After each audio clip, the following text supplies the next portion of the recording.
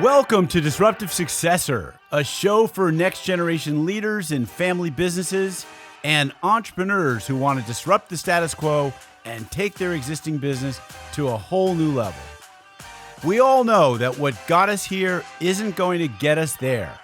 This show will provide inspiration, advice, and resources to help you create massive impact. This podcast is sponsored by myself, Jonathan Goldhill, and my company, the Goldhill Group, where we provide coaching for growing companies. I'm Jonathan Goldhill, and my purpose is simple: to guide entrepreneurial leaders in family businesses towards more freedom and fulfillment.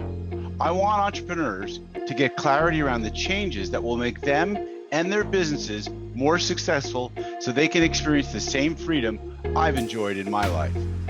Our proven practices challenge business owners to think differently about their business and how they're running it, and quite literally become game changers in our clients' companies.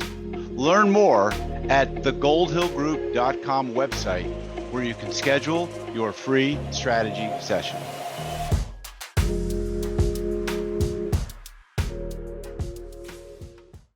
Hi, it's Jonathan Goldhill, and welcome back to another episode of the Disruptive Successor Show.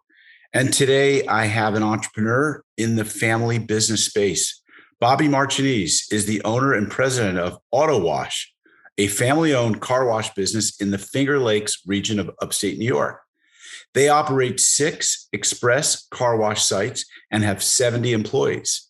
Bobby's got the shortest bio of any person I've ever introduced on this show, and I love that because he's an entrepreneur who's been busy dealing with raising a family, building a business, and following his love of wakeboarding, surfing, hiking, traveling, and snow skiing.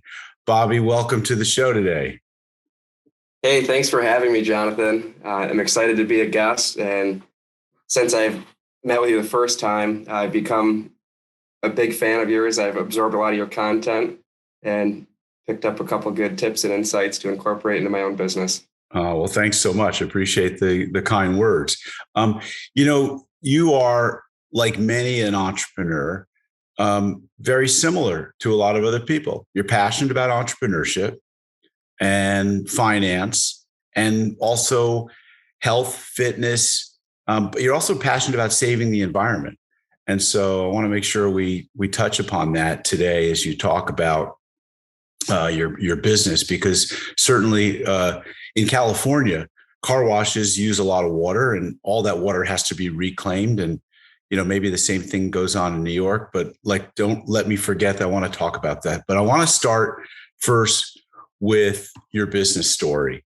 Your family started the business. Tell us a little bit about when it was started, by whom, why, how. Give us the backstory.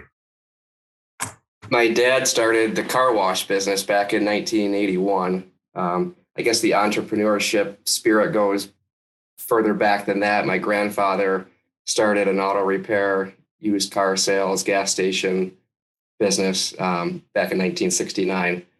So he kind of got the family business started. In 1981, my dad had an idea to add on a car wash behind the auto repair shop.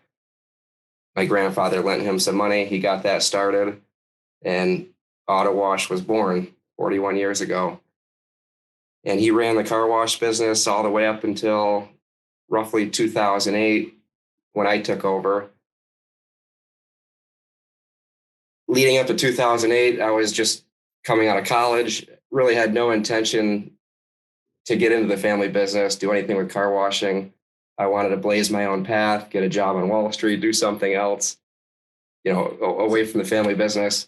Tell us a little bit about why you felt that way, because I think a lot of other entrepreneurs growing up in family businesses feel that way. And was it something about the car wash industry? It wasn't sexy. It didn't seem like a money type of, a place to make a lot of money. What was it that maybe turned you off from the business initially? I grew up working in the car wash all through high school. I did enjoy it, but I don't know, maybe at the time it seemed a little bit too blue collar, or being from a small town, I just wanted to get out, experience something bigger. But as I got a little bit older, graduated from college, I just think something changed. Maybe I realized that the small town had a certain charm vibe to it that I really did like, so I stuck around. And an opportunity came up. My dad was kind of transitioning into retirement and selling off car washes. And in 2008, he was left with one single car wash, him and his partner. And we were kind of heading into that recession, the Great Recession of 2009. It was like the beginning of that. And it was sitting on the market. Nobody was interested in buying it. I was kind of struggling to find my path at the time. Did you go to the Wall Street thing? Did you venture into New York City and try to finance Wall Street? Because that's a grind for a lot of people, but it's a life-changing event. Either you go back to small town USA and get into the family business, or you get into the finance world and you're 5 years later, all of a sudden you're like a hedge fund manager or something.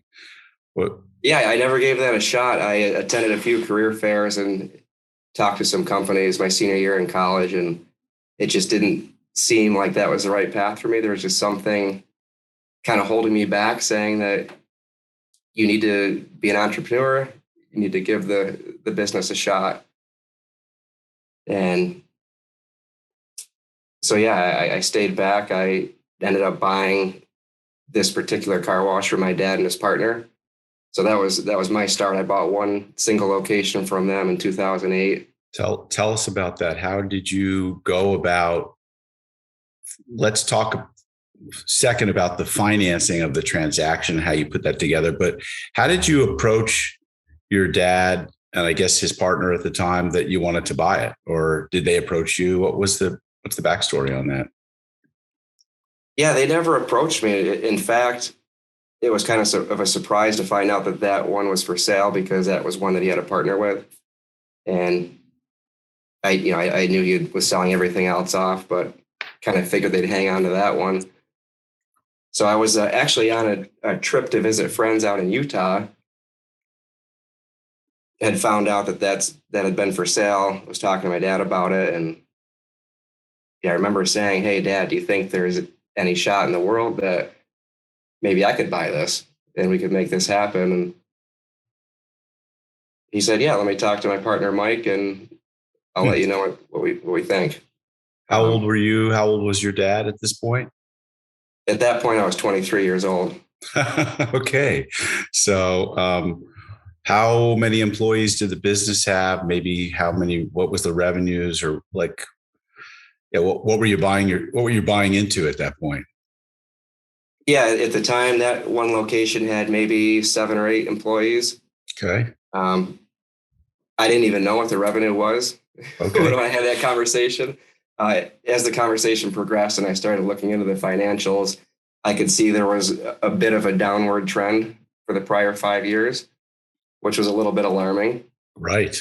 Why do you think that was? Or they blame that a little bit on the weather patterns. Maybe gas prices were up, so people weren't buying car washes as much. But I just had this gut feeling that I could make it work and I could turn things around.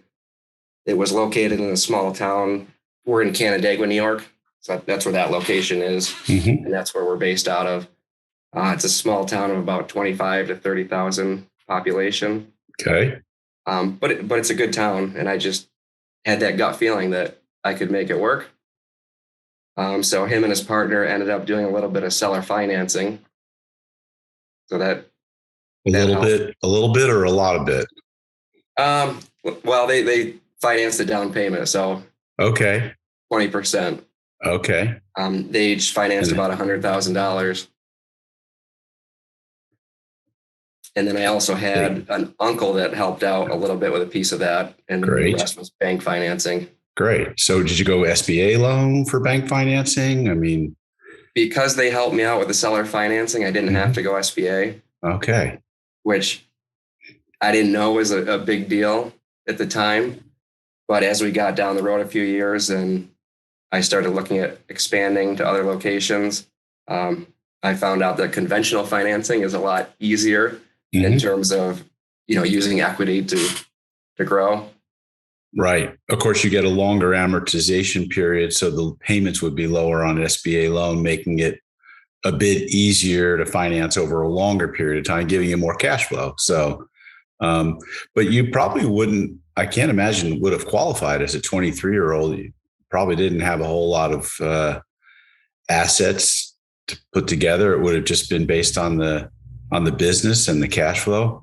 So you're right on. There's no way that I would have been able to go conventional without the help from my dad. No, there's no way. I mean, so what was their, so that's great, by the way. It's a good understanding of how you got into it. And it shows to me the compassion that your dad and his partner had for helping, you as a young kid basically out. And I will say too, his partner was very apprehensive about the seller financing piece. I bet. And my dad reminds me all the time that, Mike would call him up and say, we're not going to get this money back. Right. Oh boy. Wow. But I just felt that's negative thinking, huh? So how did they assess you? I mean, what led them to think that you would be a good gamble? I mean, obviously your dad, has known you all your life. So you got that to start with, but what were some of the characteristics that you think that you embraced, they had that made it seem like it was going to work? Yeah, I think my dad knew deep down that I would make it work one way or another. His partner, Mike, didn't know me as well, obviously, but I think throughout the few months leading up to the closing, I definitely demonstrated a level of commitment that I think surprised him. So I think that showed him that I was going to commit no matter what to make this work. And the seller financing piece, that was amortized over 7 years. So at the end of 7 years, they'd be paid off. And right. I made it a point as soon as I was able to start doubling up on the payments. And I ended up paying them both off in 3.5 years. Good for you. Well, that accelerated Mike's confidence, I'm sure. Yeah, that was a huge accomplishment. Yeah, I remember the very last payment. I called the bank. I'm like, the last payment, cancel that because I'm going to write the check, myself, handwritten. I'm going to deliver that to Mike's living room. Mm-hmm. There you go.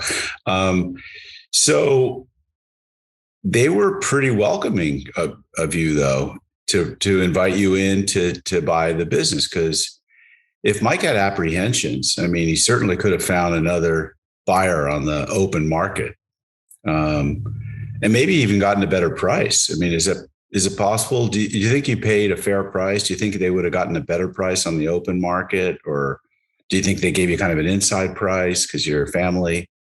So it was listed on the open market with a commercial broker. I don't know exactly how long, maybe a few months, and with any business listing, depending on the economy and where everything's at, it can take a while to sell a business. Sure. So yeah, maybe if they held out a few more months, they could have gotten a little bit more money from somebody else and not had to have done any seller financing. Yeah. Okay. Well, that makes sense. So last question on the history here, because it's kind of interesting, I think, and instructive for people who are looking at taking over their parents' business. Exactly, what's the mechanism, financing mechanism, and also a little bit about what's the psychological barriers or obstacles that you have to go through, because there might be some minefields for some family members where you can't talk about or step on that. Like if you were to go through the financials and start poking holes in the business or the business model or their marketing or their excuses around why it declined. I mean, like that could have been a landmine as a family member, and a landmine as a outside buyer too, but maybe even more emotionally charged in a family situation. But had you not grown up in the car wash, like had you not done these years during your teenage years, do you think they would have said like, no, I don't think so. Maybe they don't, but it's kind of like you had an inside understanding of how the business ran from the ground up. Yeah, I definitely learned a lot of the basic principles of just, not just the car wash industry, but just general Managing people, right? managing people, entrepreneurship. And I think Mike saw that a little bit too, his partner. Yeah. I think that definitely helped. I think that had to be feathers in your cap, so to speak. So, all right, let's talk. So that's a great story, great backstory. Let's move over to the growing pains. So you take it over. Are we in 2008? Do I have the right time? Yep, 2008. And 2000. Mm-hmm. One thing I'll add too, which is kind of part of the financing, part of the growing pains. I had roughly $30,000 in savings that I've built up, just doing whatever through college, buying, selling used cars, holding a couple different jobs, wheeling and dealing. So that was a lot of money for a 23-year-old Sure. out of college. But that all went to the closing costs. In fact, I had a used car that I also had to sell to help pay off these closing costs. So the day we closed, I had no car, no money. I actually got a ride to work for the first couple of weeks. That's until terrible. my dad let me borrow a car. Wow. Okay. Pretty funny, right? That was a very scary start. Fortunately, we closed the deal in November, and in upstate New York, the winter time is the busy season for the car washes. Okay. And we had a great winter. So that's amazing. It was scary in the very beginning. Yeah. It quickly turned into a pretty good start. Wow, that's a good story. I wouldn't know that the car wash season in the winter would be good in upstate New York, but just getting all the salt off the undercarriage of your car. Yep, exactly. Pretty important if you want to not rust out your car. Okay. So now it's been 14 years. Let's talk about some of the significant growing pains that you've had over those 14 years. What stands out as really memorable or, really teachable moment for you if you're looking back on your younger self and telling your 23-year-old self, okay, Bobby, you're going to go through these 2 or 3 or 4 things. Like, here's what they're going to look like. Here's the mindset you have to approach them. I mean, yeah. Yeah. The first thing, that comes to mind is just being 23 and, I guess the lack of maturity that comes along with that age. Sure. So yeah, just a lot of growing up, maturing, kind of understanding myself, figuring out myself. In a leadership role, I learned a lot of lessons. Number one, micromanaging people is not necessarily a good thing to do. Yeah. One mistake that I made was when I finally was ready to hire a site manager for that location, I took my best worker and put him in a leadership role, which can work out for some people if that person also has leadership qualities, but this person didn't. And not to cut them down at all, they were a great worker. I just figured that, the good worker would equal a good leader, but I think that's called the Peter principle, if I recall correctly, where you elevate someone to an area from where they were competent to incompetent. And just because they were really good at like being, let's say, whatever, a technician, a foreman, a supervisor, but now they're in a managerial role, it doesn't mean that they're any good. And we say this about entrepreneurs a lot. I used to say, sadly, just because you're a good plumber doesn't mean that you can run a plumbing business. That they're so different, right? As you know. Yeah, exactly. And at the time, I didn't know either how to develop that person into a leader. So that was like a long 3 or 4 year lesson where, I had to deal with the consequences of my decision, and eventually did it work out? My mistake. Yeah, no, it didn't. Did he go back to being what he was doing before, or did you just lose? Did it get turned up in the process and get spit out? Yeah, I had let it go on too long to a point where I felt like there was no return. So we parted ways. We're on good terms today, but I'm sure that was a tough lesson to learn. Yeah. And was he much older than you at the time? No, he was roughly my same age. Okay. So, all right. Good learning lesson. What else? What other growing pains did you have that would be teachable moments you would tell your younger self, okay, Bobby, here, when this happens, do this? Yeah, I'd say maybe working on the business more as opposed to working for your business. Yeah. So cliche, but it what is it? Cliche, Yeah. but I guess scheduling time or allocating time to really take that step back, look in your business, working on a vision, to be able to create that vision, to know where you want to go in the next 5 years. Yeah. As opposed to just constantly just fighting the day to day. And, you get 6 months down the road and you're really in the same spot you were 6 months ago. Yeah. And so what about, like, I imagine in a car wash, many of your 70 employees are basically on the line, line workers, whatever you call them. I don't know, but you probably have, like, what do you call them? Wash technicians, maybe. The term we use is CSA, customer service attendant. There you go. Upscale, upgrade the terminology. But you've had to develop a management team that you could communicate your vision to, whom they in turn could communicate that out to their people. So was that challenging for you to build that team with you, so that you weren't just, shouting out a vision and shouting it out to 70 employees that were CSAs? It was a challenge for a while. It took me a long time to get to the 6 locations we're at now. For the first 7 or 8 years, I only had 2 to 3 locations. And for a chunk of that, I was kind of wearing all these different hats. After 7 or 8 or 9 years, I started to realize, okay, I need to create a very clear plan, a clear vision of what the organization needs to look like and figure out where we want to go. Now, today, it's not as difficult. Every site, we have a site manager, an assistant manager. We know our core values that we're looking for. We also have an area manager that oversees all 6 locations. That would have been you back in the day. That would have been me. I wore all the hats, from the area manager all the way down to the CSA. Right. And how did you set up the finances? Was that always more segregated in terms of duties, like away from you, or you had someone who always was maybe a good financial manager? Yeah, in the very beginning, I was attempting to do the bookkeeping. Oh boy, myself.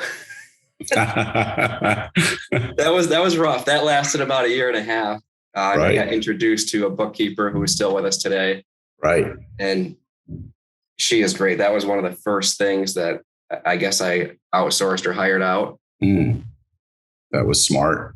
And, I don't have any clients that are cash businesses, but the car wash business, the laundromat business, I mean, I used to know someone who owned a bunch of laundromats, and he had a trunk in his car. Like, his entire trunk of his car was filled with coins and, hundreds of pounds of coins. I mean, your business is still probably a pretty cash-based business, I would imagine. Not as much as it was in the beginning. I'm sure. So in 2008, it was primarily cash as well as coin. Yeah. So there were many days where I'd go to the bank and I literally have just big money bags of cash, over $10,000 deposits where, they'd have all my information on file. They'd have to fill out forms every time I go to the bank. Sure. But I would imagine, theft is always a concern where cash is concerned. Back in 2008, we were operating out of a cash box, like a wooden single drawer cash box. Right. Challenging. Yeah, it was rough.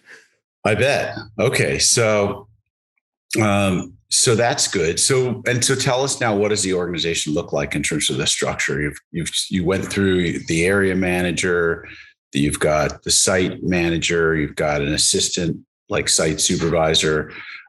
Who's inside the office? Like what does corporate look like for a 70 employee car wash business? Yep. So our corporate team is myself, who's the president. Mm-hmm. We have a marketing and communications position. Mm-hmm. We have an HR admin part-time. That's actually my mother. Mm-hmm. Okay. And we have the area manager, who I mentioned. Right. And then we have 2 service technicians. And their service technicians are doing what? They repair the car washes. So, okay. Gotcha. Yeah. A motor goes down, an air dryer stops working. Right. So a lot of training needs to be done of these people, unless they're old school and know all the equipment and are the type that could build the equipment themselves if they had to. Yeah, Jacob and Connor, they're both very talented. They're great. Jacob's been with us since he was in high school. So he started as a CSA and he worked his way up. At one point he left to kind of pursue a different career path and then came back. And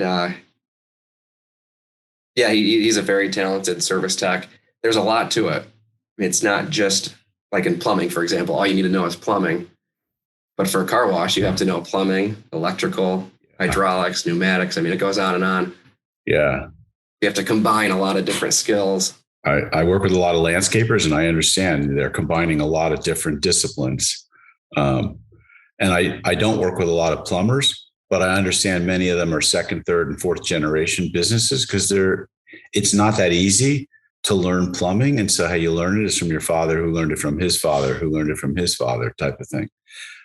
There aren't a lot of trade schools for it. As I imagine there aren't trade schools for car wash businesses. So do you have mostly younger folks working for you? It's a pretty young organization. I would say there are not many people that are over the age of 27, 28. Okay. Interesting. And now when your dad had the business and he was at his height and he had, what I think you said 6 to 8 car washes, were they mostly older people at that time? Or was it also younger? It was more of a mix. I'd say he had more older people than we have.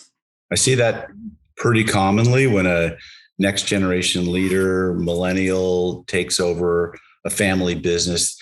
There's a gradual weeding out of the older people and bringing in more younger talent.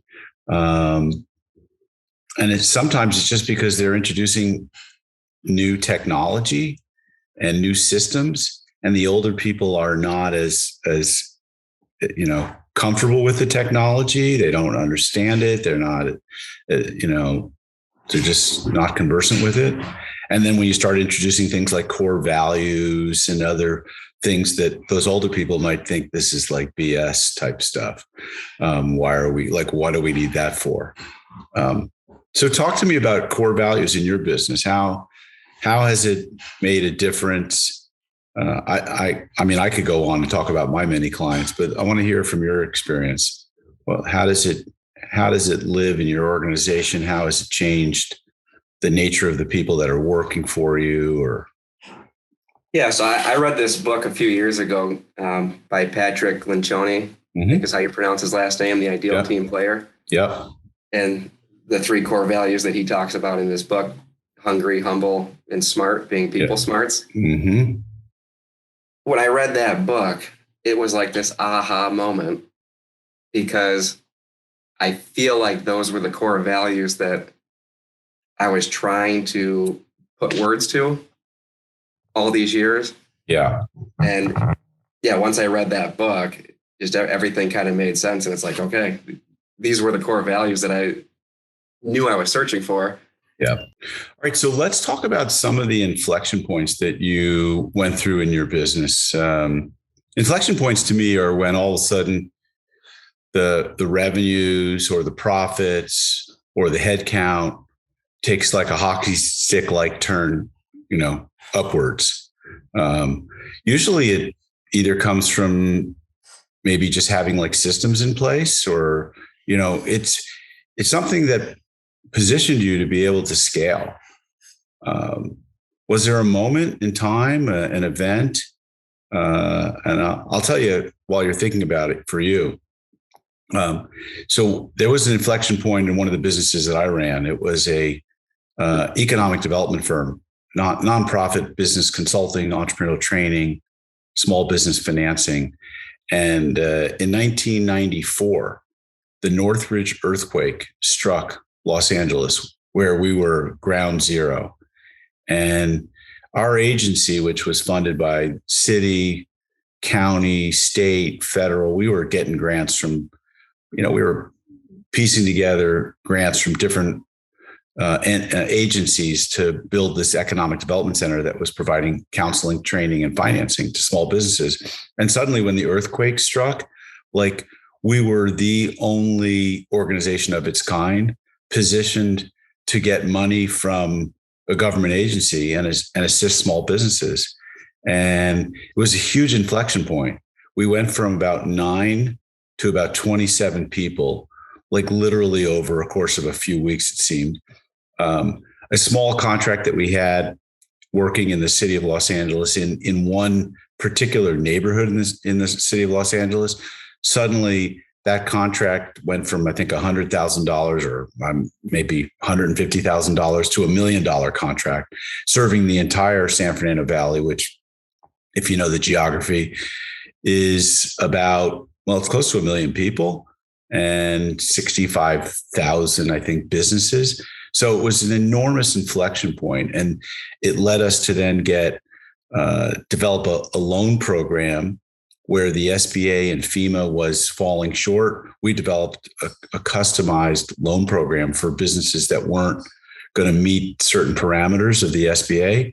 And we brought $30 million of money into the Los Angeles, Southern California area.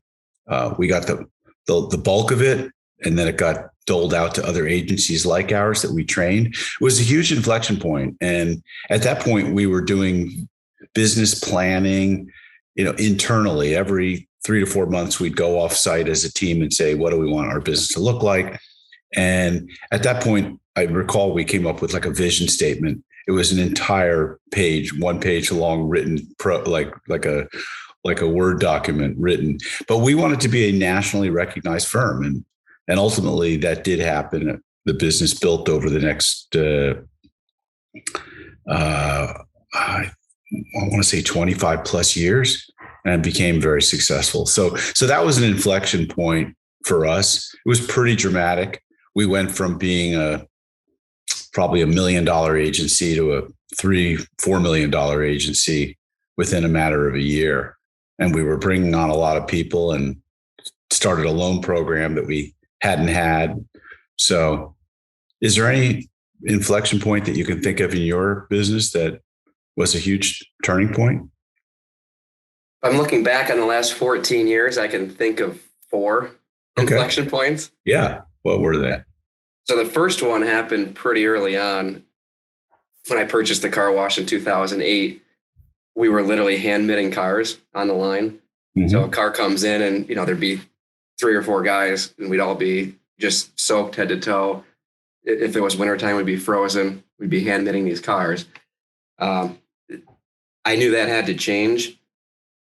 So the first thing that we did once I saved up enough money was to buy this piece of equipment that would eliminate the need for that. I guess what I didn't realize was going to happen, because we sped up the process. We were able to increase the wash volume by like almost 20% the next year. So the light bulb kind of went off. It was like, wow, we can make one change, kind of a technological change, I guess, mm-hmm. to improve the efficiency. And just like that, it can have this huge impact on the business. Then the second inflection point was not too long after that, because I spent all the money on this piece of equipment and we hit a slow period. So I almost went broke. Oh boy. And then, I'm scrambling, trying to figure out, okay, how can we improve cash flow or at least make it more consistent?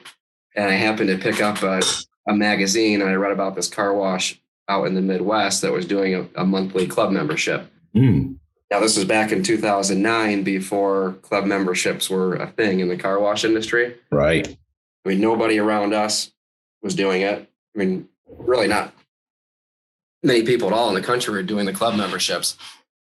But it just, again, another light bulb went off, and I found this person that could write some software for me. I figured out how to implement it on my own. And pretty instantly, we started signing up club members.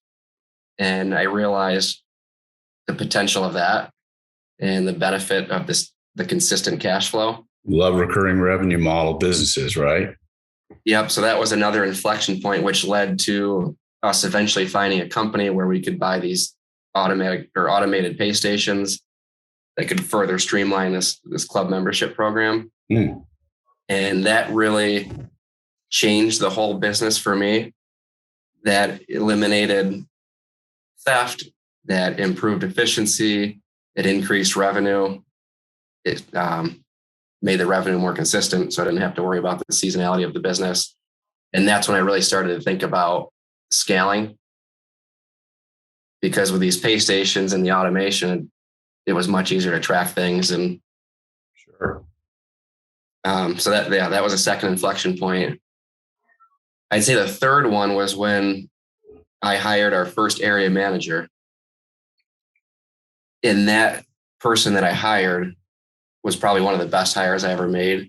That person was just a true born leader that embodied those core values that we talked about, the hungry, humble, and smart.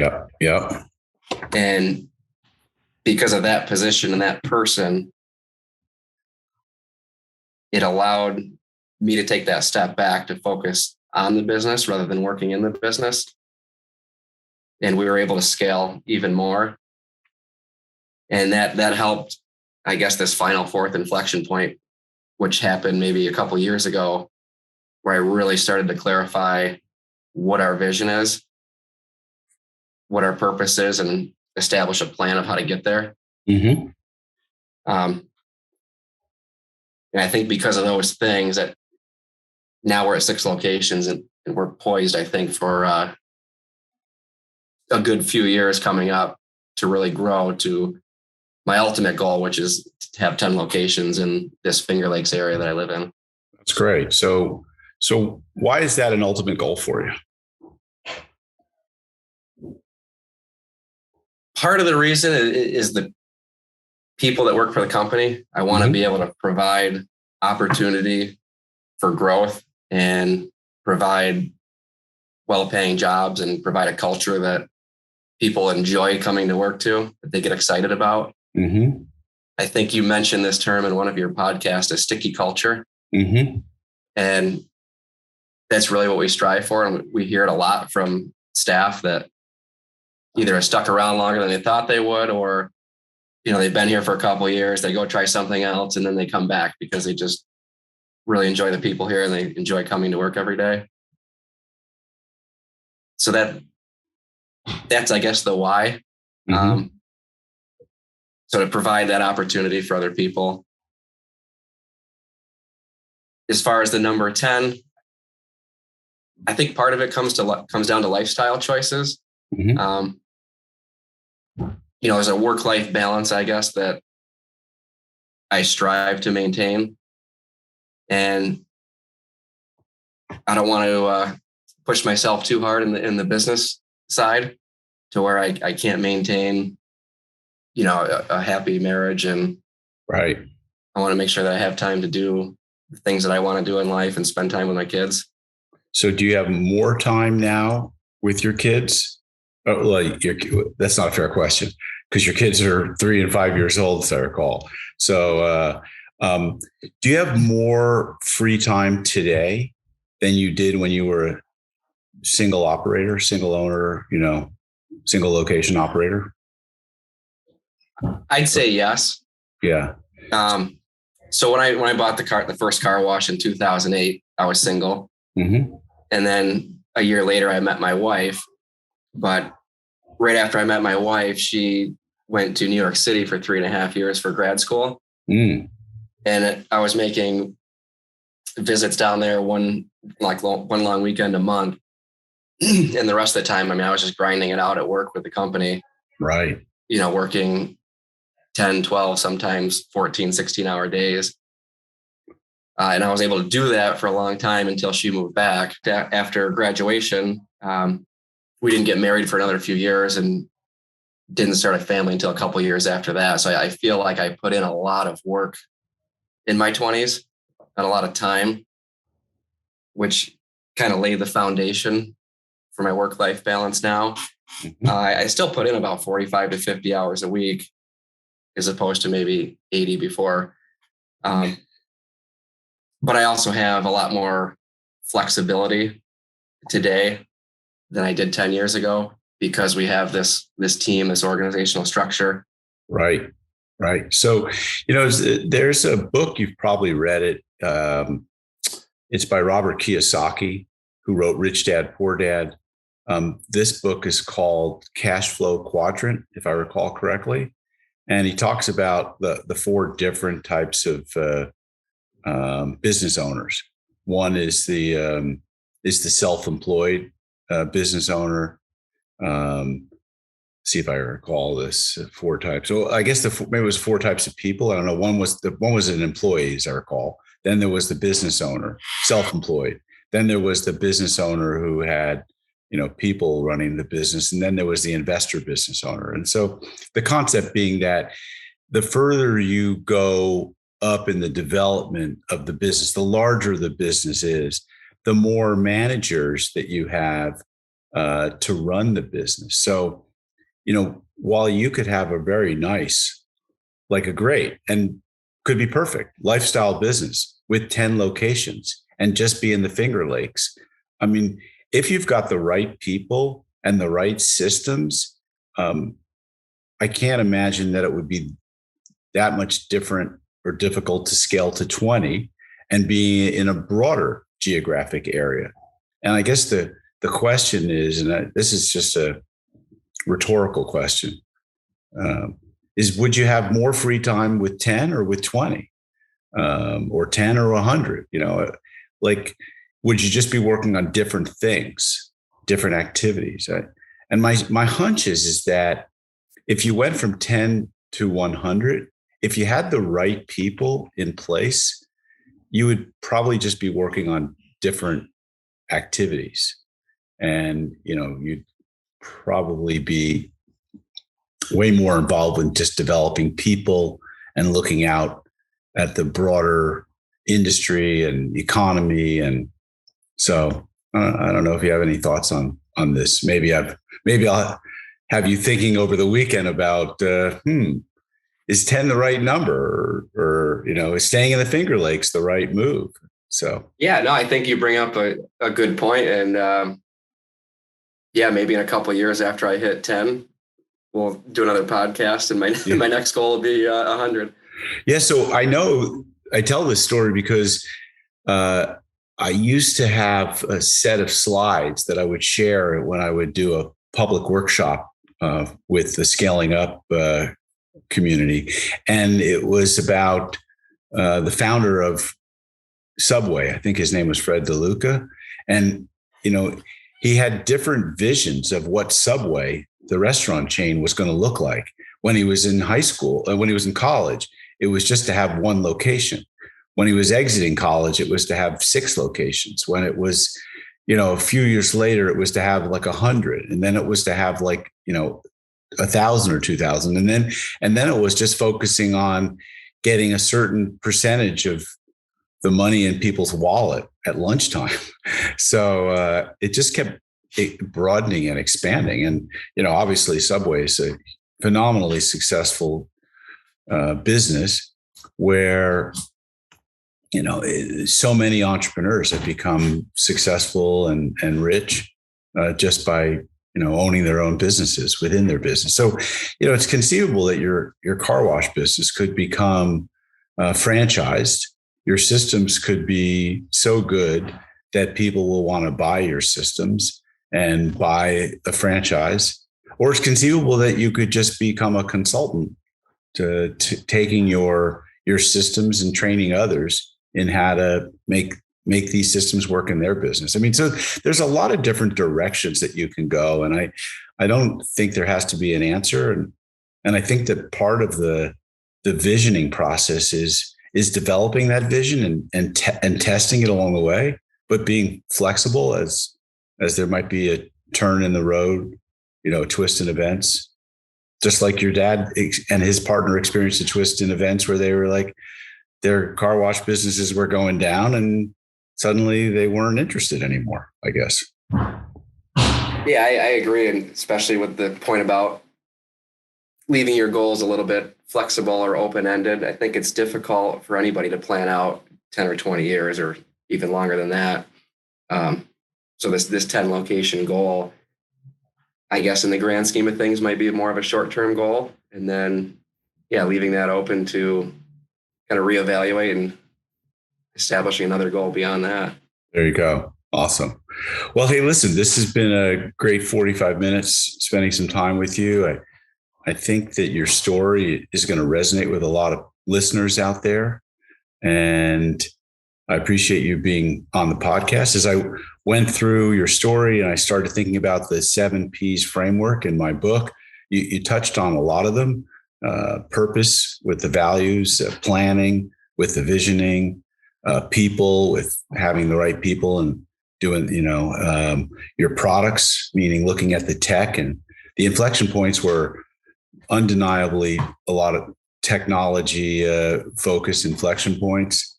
I'm sure your performance, meaning like your profitability is just gotten better every year. And so thanks for being on the show. And any final words you want to share? Yeah, I appreciate you having me on in the conversation. I look forward to reading your book and hopefully talking more in the future. Sounds good. All right, folks, thanks so much for listening. You know the drill. If you like this show, please share it with others and give us a 5-star rating review, or don't give us a review at all on your listening podcast app of choice. And stay tuned for another episode of the Disruptive Successor Show. Thanks. This podcast is sponsored by myself, Jonathan Goldhill, and my company, the Goldhill Group, where we provide coaching for growing companies. I'm Jonathan Goldhill, and my purpose is simple: to guide entrepreneurial leaders in family businesses towards more freedom and fulfillment. I want entrepreneurs to get clarity around the changes that will make them and their businesses more successful so they can experience the same freedom I've enjoyed in my life. Our proven practices challenge business owners to think differently about their business and how they're running it, and quite literally become game changers in our clients' companies. Learn more at thegoldhillgroup.com website, where you can schedule your free strategy session.